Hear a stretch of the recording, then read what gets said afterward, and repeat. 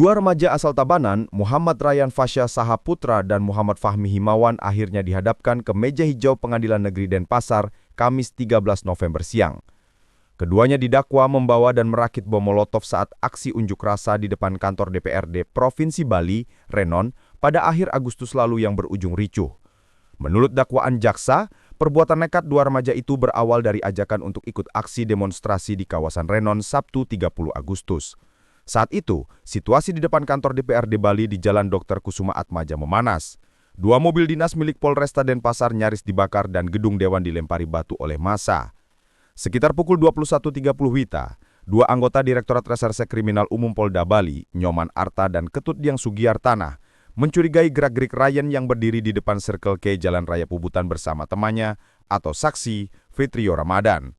Setelah dilakukan pemeriksaan, petugas menemukan dua botol bir berisi oli dan satu botol air mineral besar berisi pertalite di dalam tas ransel hijau milik Ryan yang diduga sebagai bahan untuk membuat bom molotov. Dari hasil pemeriksaan, Ryan mengaku bahwa bahan peledak itu dibuat oleh temannya Muhammad Fahmi Himawan di rumahnya di Banjar Denkayu, Desa Werdi Buana, Mengwi, Badung. Berdasarkan pengakuan itu, polisi menangkap Fahmi keesokan harinya.